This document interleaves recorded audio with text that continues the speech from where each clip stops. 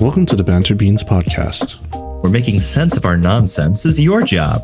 Hey, what do you mean nonsense? I mean, you're doing great, bud. Aw, thanks, man. Don't mention it. Once a week, we bring a new topic for discussion. We laugh. I make Data cry. What? And we both have fun doing it. Can we go back a second, Without please? further ado, please enjoy the episode. Oh, Lycan, what do you have for us today? I have kind of a love letter to developing studios for Ooh. I opened myself up for that one. Like the letter. I love video games. I have a passion for them. We've already discussed this. We're moving on from that.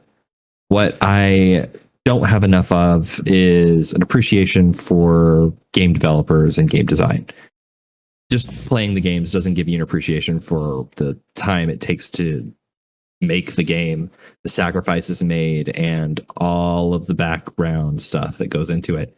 However, just as a consumer, I see and deal with some stuff that just depresses me. I think we talked a little bit about Call of Duty Black Ops before, right? And how the game's progressed for us. Maybe not on here, but just together. Yeah, a little bit. We're just Black Ops from 1 to 4. It changed. Oh yeah. Black Ops, the first Black Ops is a nostalgia trip. The zombies and the multiplayer and all of that. And then Black Ops 2 was, as you would hope of a sequel, a raise in the bar, just a meet of expectations and the desire for more. Black Ops 3 was not so much a escalation as it just sort of maintained the course. And Black Ops 4 just fell off the end of the cliff. It would just kind of, it didn't hit right, you know? Yeah, I can feel that. And it's been a while since I've seen a Black Ops or just a Call of Duty release that made me think, oh, I want that. I think for Black Ops 4, after spending over $100 on one of the pre-orders and just not getting what I was hoping for, that was the first time I've ever thought, what am I getting? What's going on in the background? And it's happened through several examples that my hopes and what the developers have provided just don't meet the standard. Probably an even bigger disappointment for me was from one of my favorite game studios who brought me The Witcher 3, CD Projekt Red, and the release of Cyberpunk. I was so excited for that game. I'm sure many people were, to be honest. Absolutely. Like, it was what everybody wanted. Everyone was screaming Keanu Reeves' name. We were so freaking excited. And then it released. And it was memorable, and how messy it was. And there was a whole bunch of speculation and talk, and the developers were pointing the finger at the board of directors, saying they made us release it too early. We weren't ready. And then the board of directors were like, this is your fault. It's your job to make the game. And it was just the whole thing. To their credit, CD Projekt Red has put in a shit ton of effort into bringing the game back. But it just makes me wonder, where are the standards? Where do we draw the line? Why should we be in hyper anticipation of a AAA title when it's released unfinished? And that's enough negativity, in my opinion. I'd like to talk about the devs that I think are doing a freaking great job, both showing integrity for their own practice and passions and showing some love for their fans. Starting with Cult of the Lamb. Funnily enough, Cult of the Lamb was kind of an indie hit Have you? No, you didn't play it at all. You couldn't stand it. No, but I know you played the heck out of it. You loved it. You even named me after one of the characters. You were primarily in charge of cleaning up everybody's shit. Yeah, you loved to do it. You were the only one I could trust to clean up around the camp and not get violently ill. The day that you died of old age, I was so sad.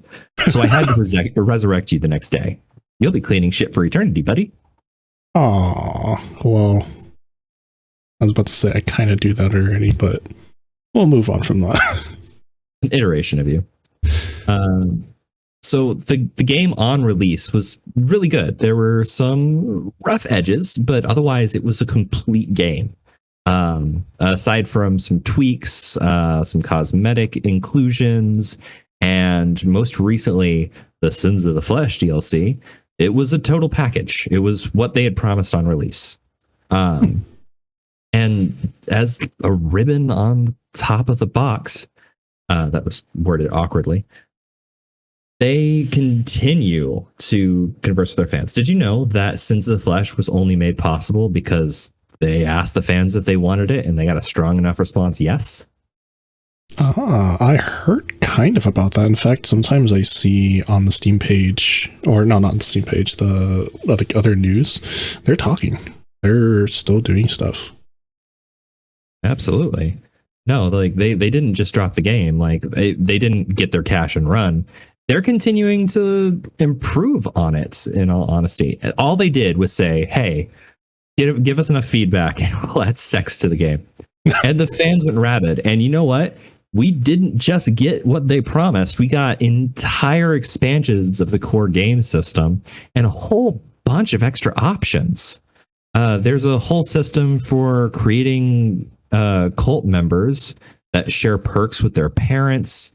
Also, you can use the eggs that the cult members create to restore the youth of cult members you already have, and much, much more.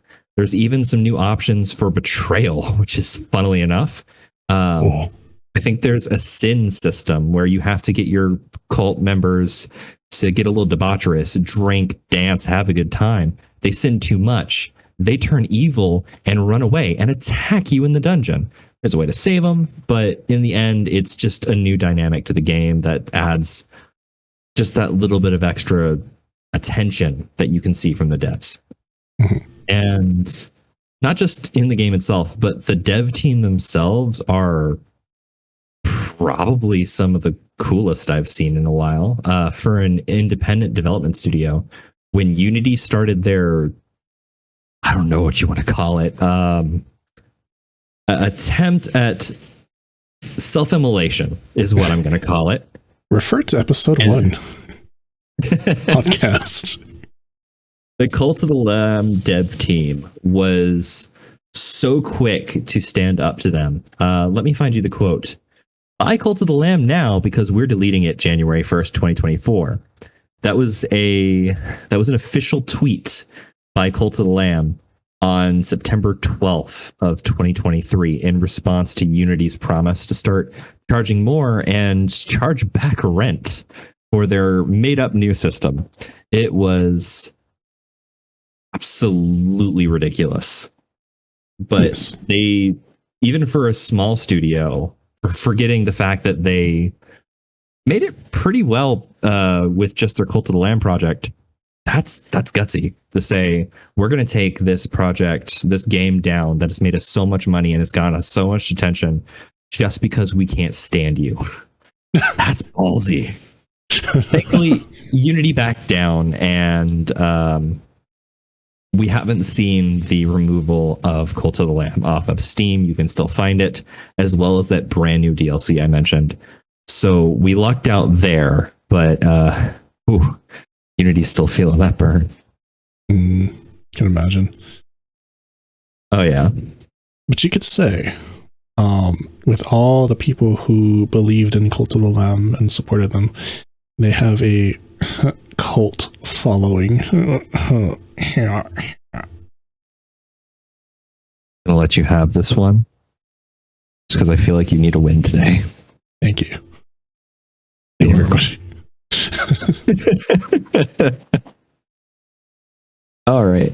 So enough love for those guys. There's more than one studio that I'd like to point out. They're just showing what I hope to see in the future going forward for a whole lot more. I don't have high expectations of companies like Ubisoft or EA, but these new up and coming developers, the ones who still got that spark, freaking excellent.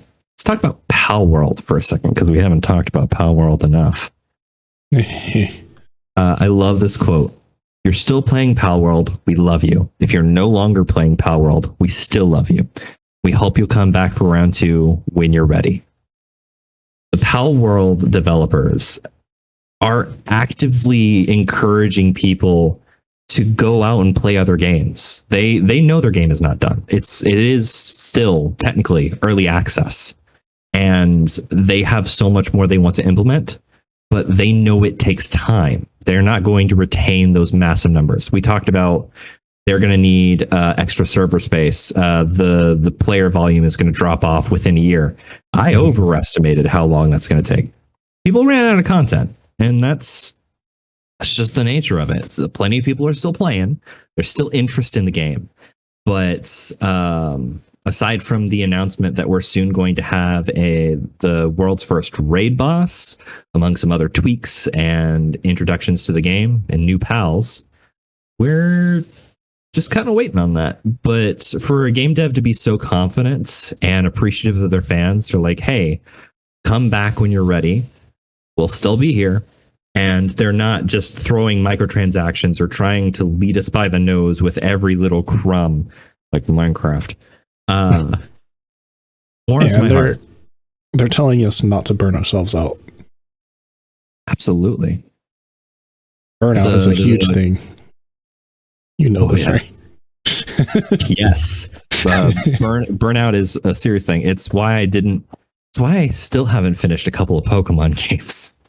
So while talking about Palworld, like some of the Pokemon games just get so grindy in the end game. It is just pump out level 100 after level 100. There's the IVs or the EVs if you want to do anything competitive online. And then don't even get me started on their online service. Jesus, Nintendo, please. Like Palworld's doing the online service better. There's like a lot of good sides on the indie developers with new ideas, fresh ideas, listening to their members, fans. And then you've got, the big guys, AAA title ones like Ubisoft. And I don't think it's completely the studio's fault. I believe that there are fresh minds, new ideas there, and I believe that they're being bogged down by the formula, what has worked for the company before that they expect to continue.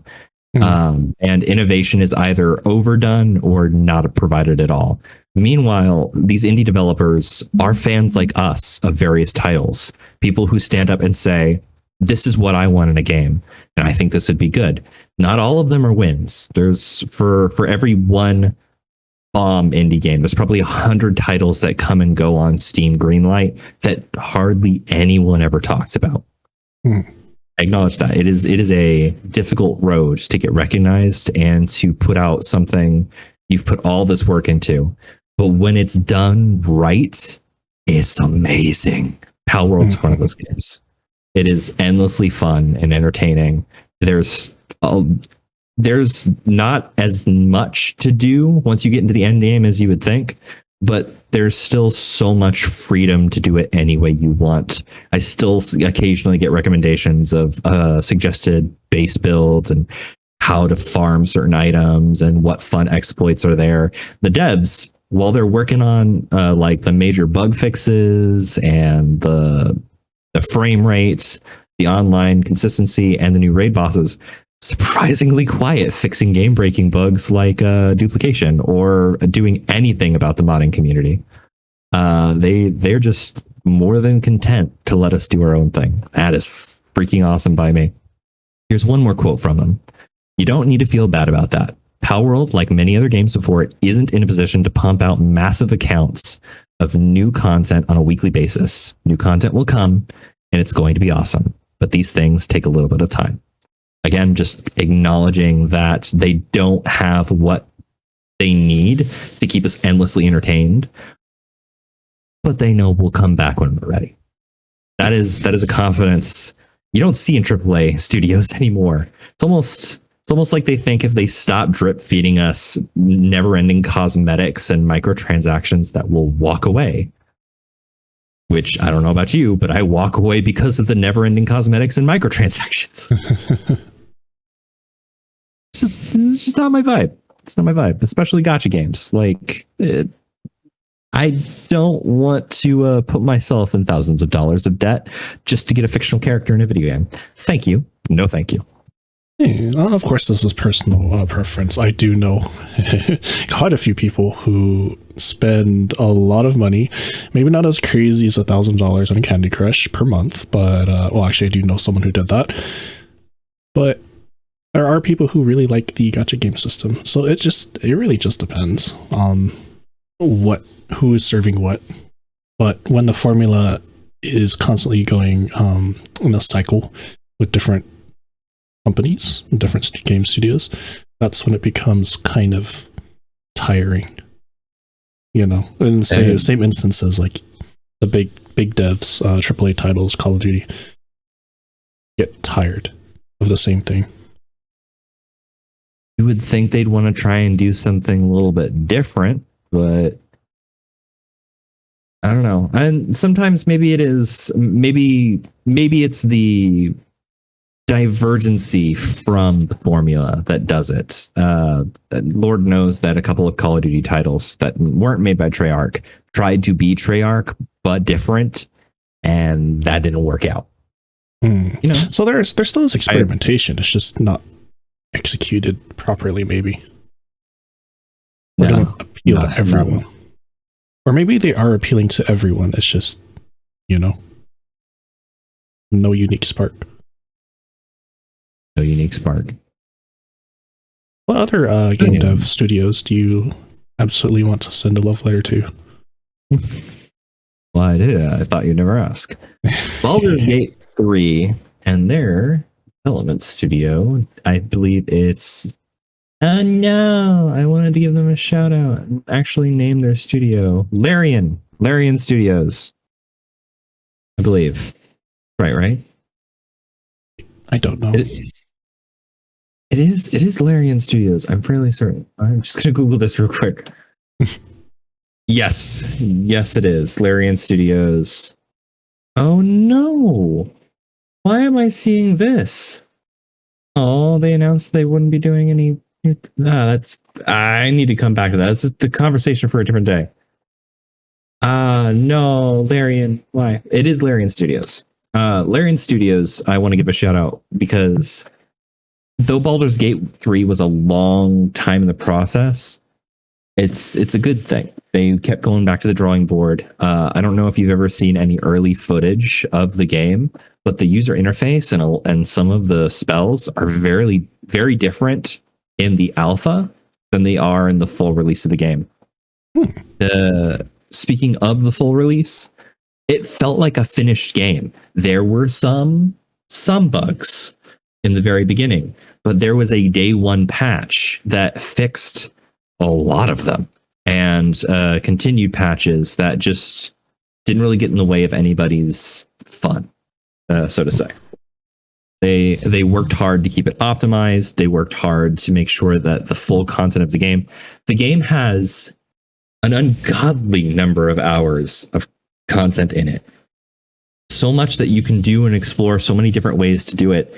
And it released a product that AAA studios have been telling us wasn't possible for a very long time. It's everything in an RPG that I wanted from, say, Skyrim. When I first played that, it's maybe even RuneScape days. Dude, I was not a RuneScape gamer. I'm sorry to say, I did not have a good internet connection. I played a bunch of MapleStory when I was around that age, but Losing where connection was a very often thing. You know where I played RuneScape? Where? My place. I have friends' places. We just sit there for hours playing on their computer. Oh my god. No, I didn't really go to friends' houses to play MMOs. I'm sorry to say. But as you were saying, Baldur's Gate 3. Larian Studios of Baldur's Gate 3. Just absolute wonderful work. I don't have specific things as far as this goes. They promised a product and they delivered. Simple is all I can say about that. There was almost no over promising. There was they promised character builds, character creators, a huge spanning story, so many different ways to get through it, several different endings on your choice, actual choices that mattered and affected the world around you. But yeah, the game is just a overall masterpiece, and one that I'm going to be starting over again and again for probably the next decade. Like I did a massive playthrough of it just for myself before I learned to love monks, and I used it to experiment with things for my own D&D group. The game is very, it has certain mechanic tweaks that just make sense for a computer game, but it is otherwise very true to the mechanics and the spirit of D&D, and it is the perfect back scratcher to the itch when I can't hang out with my group. So yeah, and on top of that, like, you can play multiplayer, right, with that game? Oh yeah, you can play up to 4 people. Yeah, and for it to have all of these options, all of the routes and stuff while playing with other people, that's kind of cool. Certain side character stories are locked out if you aren't able to keep them in your party and have them interact with other players. But to counteract this, within a month of the game being released, the devs added free DLC that lets you just shove the created players into a closet. Literally, a closet. They also, just because people asked for it, gave us the ability to completely overhaul the character. You regret making a girl, you can go and turn them into a guy. You're not having fun with your dragonborn, turn them into an elf. They were like, you know what? Fun shouldn't have to end just because you regret your character. You shouldn't have to backtrack. Let's just have you change it whenever you want, and you can do anything at any time as long as you got the gold. As long as you got the gold. It's like a couple hundred gold in game. That's easy as hell to get, especially if you know the tricks. Well, they have really thought, the game devs have really thought of everything out, haven't they? Yeah, they have. And that's those are just 3 of some of the more recent absolute obsessions that people have had as of late. I got one more recent obsession that I'm sure is all over everyone's everything right now. What's that? Data. How do you feel about democracy? Well, I have mixed feelings about it. Like, most of the time, it's... You're not a Helldiver. Be quiet. I'm sorry. For democracy, you should be down there fighting the bugs. I say that as if I could play, but I don't currently have the game because I don't have a good enough PC.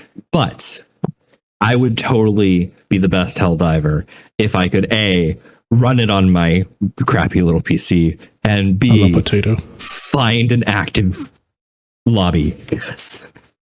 Because one of the things the developers for Helldivers are constantly dealing with are fans unable to connect to the game. Oh no, they can't even connect to other friends, like, on their Steam list. They can, but that leads to another problem. There's a maximum number of Helldiver squads that are able to be connected at one time. There's a buildup of the queue. Maybe they've solved it by now. I don't know, but there has been a never-ending issue of people connecting to the game and just never disconnecting, leaving at least one member of the squad in so that people could come and go as they wanted and always have a game going. It's kind of rude, but it is what it is, I guess. Aside from that, Helldivers 2 has been a huge success on launch. People are all about the memes, the hilarious voice acting of the Helldive troopers as they try their best not to die. When he showed it to me, the trailer was just like, oh, this is fun. It is. There's just so much. The absolute absurdity of the combat reminds me of like early Halo, and the chaos of just throwing stickies and scrambling for guns and dealing with waves of enemies. The difficulty curve of Helldivers is also just extreme. They give you so many lives because you're going to use them all. Oh, you have limited lives. Yep. Well, no. Well, yes, you have limited lives. I believe you expend something called stratagem in order to call down reinforcements and resupplies and like orbital strikes on some of the larger baddies. And while you can, I believe there is a method in which you can regain the respawns for your teammates after you've expended them, but there's a cooldown on it. And even if you have all of them, if all 4 players die at the same time, mission failed. No one to send down the resupply or the reinforcements. It's game over. Okay. It's the formula from what I have seen is just wicked fun. Even if it's difficult, even if you're getting shredded, you'll do it again and again for democracy. The memes about just you're slated to die are so real. There's even rumors by the fans that Helldivers 2's developer made it hard as nails on purpose because they want the soldiers of Super Earth to fail, to lose sectors. There are theories that there is a third enemy of the groups that you're currently fighting that is mysteriously absent from Helldivers 1, that was revealed in Helldivers 1, that they plan on releasing once the Super Earth troops are pushed back too far. It's just a theory, but sounds fun. I would love to give that game a try. Yeah, whenever there's 3 different types of factions in a game, usually there is no good side, usually. What's it called? The main reason for the Helldivers invading some of these planets, I think, is something to do with a resource called Substance 710. It's just oil upside down. Oh. It's just... That's great. The memes and YouTube shorts I have seen, some guys going around, it might even be the developers, but I've been seeing like propaganda posts of dirty, rebellious, anti-democracy agents are telling you that we're invading enemy planets for oil and not Substance 710. They are filthy, non-democratic liars. It's just hilarious. Oh. But that's just the game. That's me gushing over a game I haven't even played yet that I'm so excited to one day try. But someday soon, I'll probably be joining in right when the grand reveal has already been made. But I will be right there as your democracy brother in arms. Sounds perfect. What I wanted to talk about for the devs is, though there are theories and some backlash of people quite possibly rightfully believing the devs are making the game harder than it needs to be to drive the plot forward. The devs also did something that I haven't seen any other devs do, which is the topic of today. And they just created a forum on social media and said, hey, give us your ideas. Tell us what you think should be added to the game. These are some of the problems we face. and we don't know how to perfectly fix this to make everyone happy. What do you guys think we should do? And they just open the floodgates and let everyone pitch in. And as of today, I think they've implemented a couple of changes, but it's still going. It's still going. It's nice having open doors to whatever the community wants after they played the game and seen what it's like base wise. Right.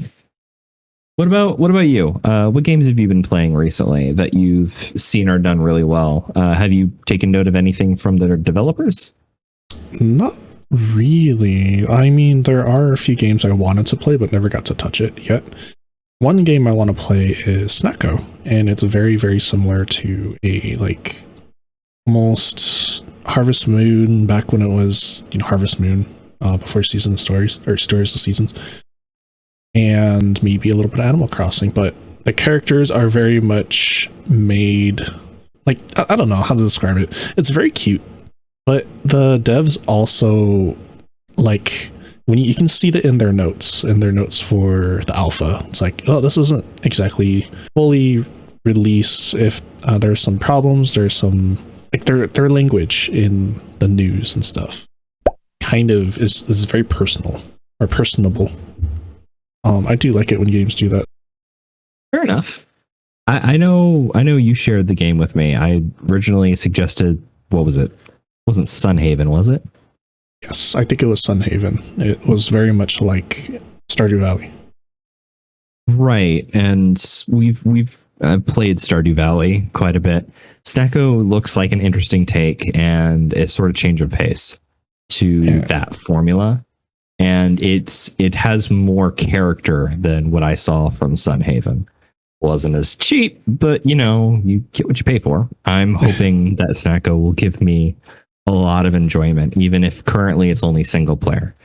I mean, just like Stardew Valley, though, the devs have mentioned that they want to implement multiplayer, maybe later down the line.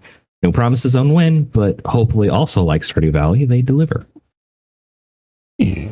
Stardew Valley really was actually made originally by one person, and when one person oversees everything, does everything by themselves, their vision is crafted out to the T because it's them themselves working on something. That's an advantage. They can move however fast they want. They can scale however much they want with their provided supplies. Compared to a larger studio, which requires more communication, more coordination, and we ended up getting Stardew Valley, which became a cult classic. Word of the day, cult. Do you feel an unnatural obsession with anything in particular? You might be a cultist. What if that obsession is you? Oh no. That might make me an elder god. Oh. Yeah. Otherwise, other than Snacko, I really haven't you are more on the pulse of what games are out there. In fact, you're the one who tells me what's out there. I don't know why I don't look up games anymore. I mean, I'm not perfect. I don't know every game that's coming out.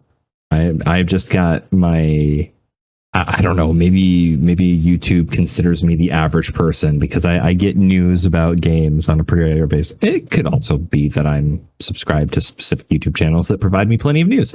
But, we're ignoring that.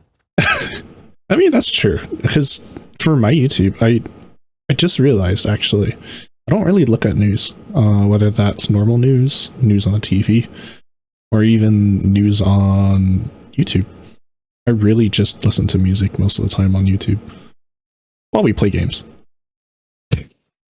Yeah, I got to listen a little bit to the music that you have going all the time on your stream last night. It's just elevator music, man. That's all you listen to. I do. Sounds like my head's background noise. I'm sorry. I'm sorry. I'm always a background character. Even Discord sometimes thinks my voice is background noise. Literally, if we started playing an MMO and there's a crafting class, I'd probably catch you selling New Year to new players. I did before, actually. Dude, I almost became a NPC playing, the hell is it called? It was Amazon's new MMO for a minute. What is it called? New World. There we go. Back in 2022, just before my daughter was born, me and Crimson got into playing New World together. Oh, that's right. Yeah, it became something of an obsession. And I got nearly max level in the early stages of the game. And I worked my butt off to upgrade my smithing so that I could create all of the current end game tools and weapons. Bruh, like I remember you know what the last thing I did was before I quit the game? What? This dude I didn't know asked for help creating the end game tool set. And before I logged off for the last time, I just built him one. Just churned it out for him real quick. And I was like, here. He's like, don't I owe you? I was like, I gotta go. I have a newborn baby girl that I need to attend to. Ta-ta. And I have not played the game since. I just made someone some end game tools and said, peace. I remember the reason I was doing that. I was also playing New World with Bunny and Gal. I remember that. They switched over to our server. I was playing with them for just a bit. And then fatherhood struck. Yes, I remember that. Actually, it's not Bunny that we know on VR chat. Well, actually, no. We both know two bunnies. Never mind. Sorry, Bunnix. Yes. You guys are doing good out there, by the way. Do you think they listen? Who knows? I mean, I didn't know that Luna still watches my videos. I guessed that she probably might. Hi, Luna. Hi, if you're Luna. listening, we're aware of your existence. You still come up. No. Oh, actually, there are a lot of indie developers that I just realized popped up all at once for some reason in my head. You've got Celeste. They've incorporated the music to basically make you the character, or you feel like the character with all the anxiety, all the like feelings that people usually get struck. And somehow they made it so that the level changes, makes you fear certain things, but it's really fun. That's that crazy as hell platformer that's sort of rhythmy, but is like super fast paced, right? A little bit, yeah. It's like when you die, you immediately get spawned like really fast. She has red hair. It changes when you use certain abilities, right? I think so, yes. Also, when you meet the main character, or one of the main characters, he's usually camping out somewhere. Very first NPC, I think. He mentions he has an Instagram account. So I actually looked it up, and it's there. His Instagram account, the character like has photos of him and Celeste. Or no, wait, was the main character Celeste? I think that was her name. I didn't play the game personally. I watched a whole playthrough by a streamer, but yeah, when they include stuff like that, small little either Easter eggs or thought put into it, I think it's kind of fun, especially when it's something that is unique. It's not just screen capture from the game, it's actual drawn stuff that's unique to that Instagram account. But other than that, that's fair. Let's talk about 2K. You know who 2K is? I do not. Actually, the game dev, right? Yes. I was thinking TK from Angel Beats, the anime. All right. 2K and Gearbox. Yes, I know those. Well, yes. What are they known for, Data? Video games. What specific video game? But you didn't think there was going to be a pop quiz, huh? Did you? I don't remember, to be honest. It's been a while. Borderlands. They're known for Borderlands. Sorry, I didn't play Borderlands so much. Add it to the list. Sorry, I'm thinking actually that's where we got Coffee Commander for you nickname. No, Gearbox and 2K. I remember from like PS1 era, I think, or PS2 era. Well, I'm referring to the entirety of the Borderlands series. The amount of community interaction I've seen from their websites to just the constant release of keys and events and panels and involvement at all sorts of conventions. 2K and Gearbox have turned Borderlands into its own its own ecosystem of just Peeps. I used to be one of them, obsessed with getting the gold keys and playing constantly. I did what I always do and played myself into burnout playing Borderlands 3. Beat the game, loved the DLCs, reached max level, or almost did. I fell short for Borderlands 3, but I know Borderlands 2, there's nary an inch of the game I haven't been to except for in Tiny Tina's Wonderland. That is the one part that I did not finish. I know the end, but I'm ashamed to say I haven't beaten it myself. Oh, actually, I have the game too. You have Tiny Tina, right? Yes, I have Tiny Tina. I don't remember if I have the other Borderlands. There was a... Oh, shoot. I think you missed the train because I didn't say anything. I found out during my last D&D session, Borderlands, the developer 2K Gearbox, was having a massive sale of all of the Borderlands titles. All of it. For like $39. Oh, making me buy more games, I see. You're not going to get that now. The sale ended, unfortunately. As of the time of this podcast recording, it went from $39 back to its full price of somewhere north of $500. It's a lot of content. That's Borderlands 1, Borderlands 2, Borderlands 3, and all of their DLCs together. There's also Borderlands pre-sequel, but that game bores me to tears, and I don't know why. It's just something about navigating the moon with low gravity and the oxygen system that just gets old quickly.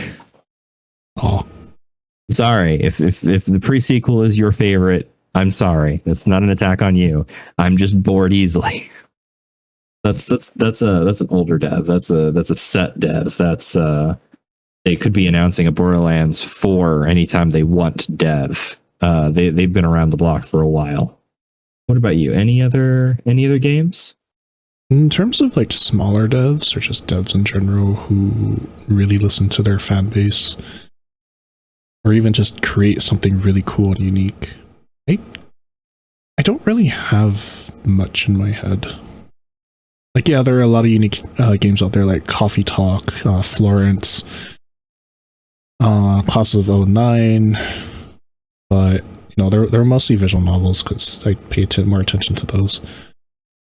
In terms of other games, people that know more of, I don't know.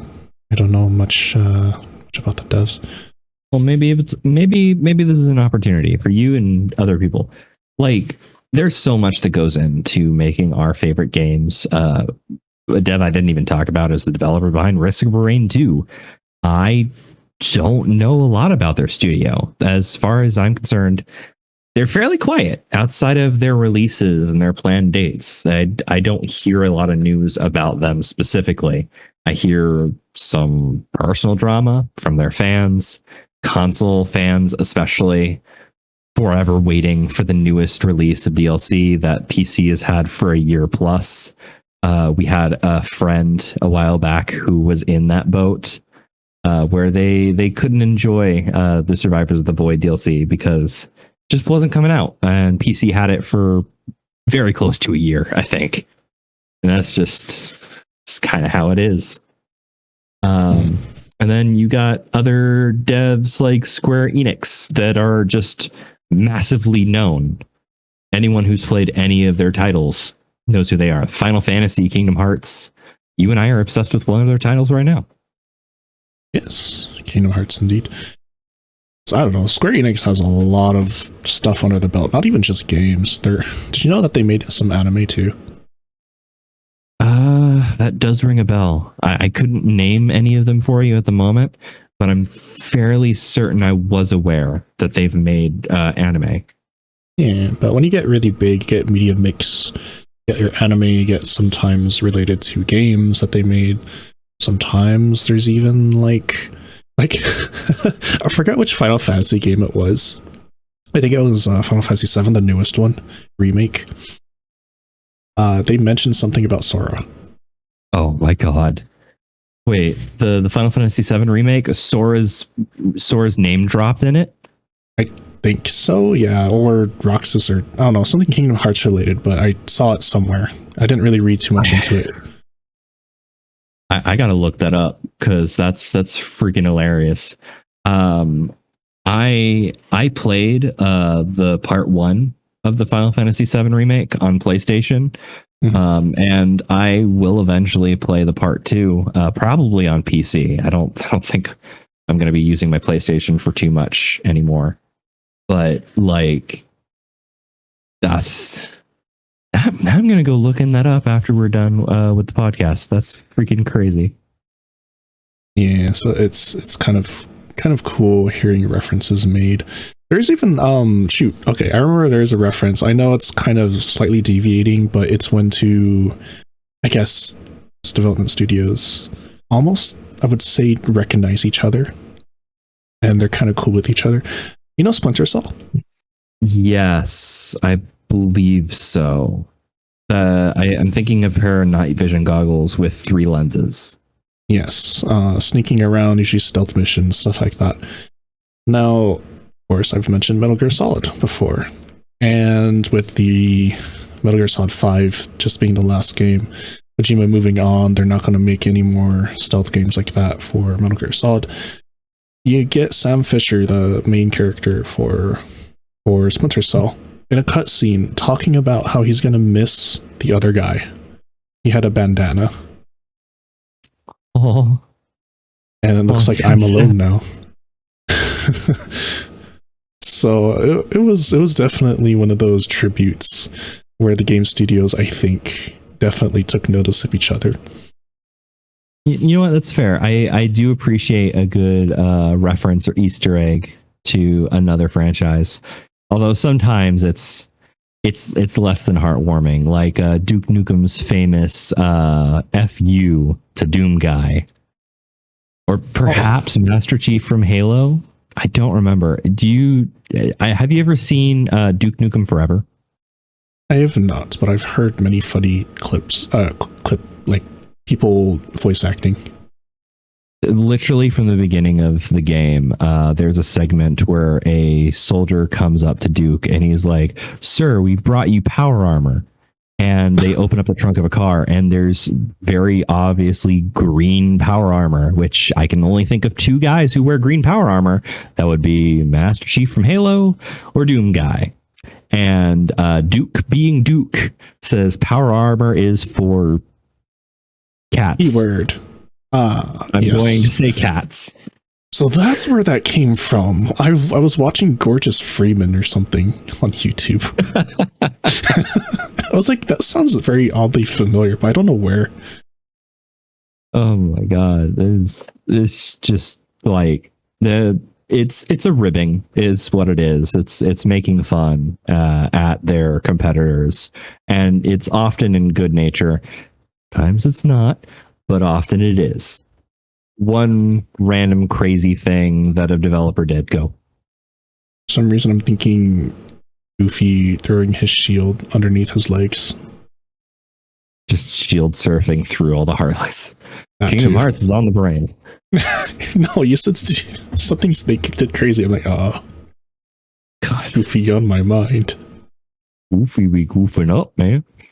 No, but actually, now that we're talking about all of this, about how studios have basically made really cool, unique games, that's one part. And then actually listening and talking to their fans, when appropriate, of course, because some games are meant to be just one and done. You know, you got Superliminal, or even Stanley Parable. It's perfect as it is.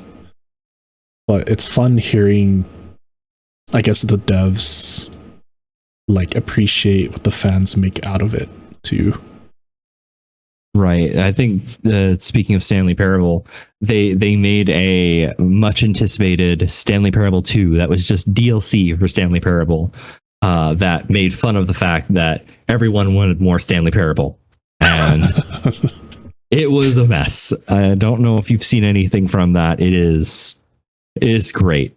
There's literally mess. It's a great mess. It's a wonderful mess. There's a circle where you're allowed to jump, and you use up all the jumps, and you fall into a pit that's only an inch deep that you can't walk out of. And it's like oh, that's right, we learned to jump earlier. Jump, and then a big old counter on the top of the screen says 0 because you use it all. Typically, it's like, oh, well, I guess we're stuck here. Don't worry, I'll get you out. And then he pulls you out of the pit. He's like, all right, here you go. Then you jump back in the pit, and it's deeper than before. He's like, it doesn't look right. I'm going to remove you from the pit now. And you jump back in the pit, and it's the same old Stanley Parable. You're driving the narrator nuts in your own way, and it's just. It's almost like the dev studio is talking directly to the players, to be honest. Right. You can tell when a developer had fun making their product. You can tell when the developer just doesn't have their heart in it. Case in point, Stanley Parable versus Black Ops 4. Well, no, let's not go with that. That's the example I'm going to give, because Stanley Parable, there's love in that title. There's also some hate, but like it's a good hate. It's a directed hate. It's a hate that's meant to be there. It's not a soul-sucking, done with my existence hate. Like Minecraft. And throw that in, I'm sorry. Well, I think all that said, and thank you for sharing all of these wonderful things. I don't know why, but just talking to you about it really makes me appreciate what the people behind the games know. Oh. I can't say enough about the developers behind some of my favorite titles, and the hope I have from witnessing some new players, not literally us, but the developers themselves stepping up and doing more than their predecessors. Yeah, and to be honest as well, like later on in life when I'm a creator on YouTube, being a creator, I can appreciate all the stuff that happens in the background too now. So that also includes people in game development too, because they are creators of their own ways. You're here. Yes. Well, I think what we're hinting at is that is all the time we have for this week. Thank you all so much for listening in and hearing me gush about my favorite developers, or at least a few of them, and some of the best games I've seen come out in a while. And listening to Data fumble about which one he likes. Yes, Data's getting there, I promise. Train him better. I've been liking this is my buddy Data, and buddy, I'm all bantered out. Thank you for listening to the Banter Beans podcast. If you've enjoyed this, subscribe to our podcasting channel for more future episodes, or check out Data's main gaming channel to see what we and our friends are up to on a normal day. Until next time, we hope to see you again.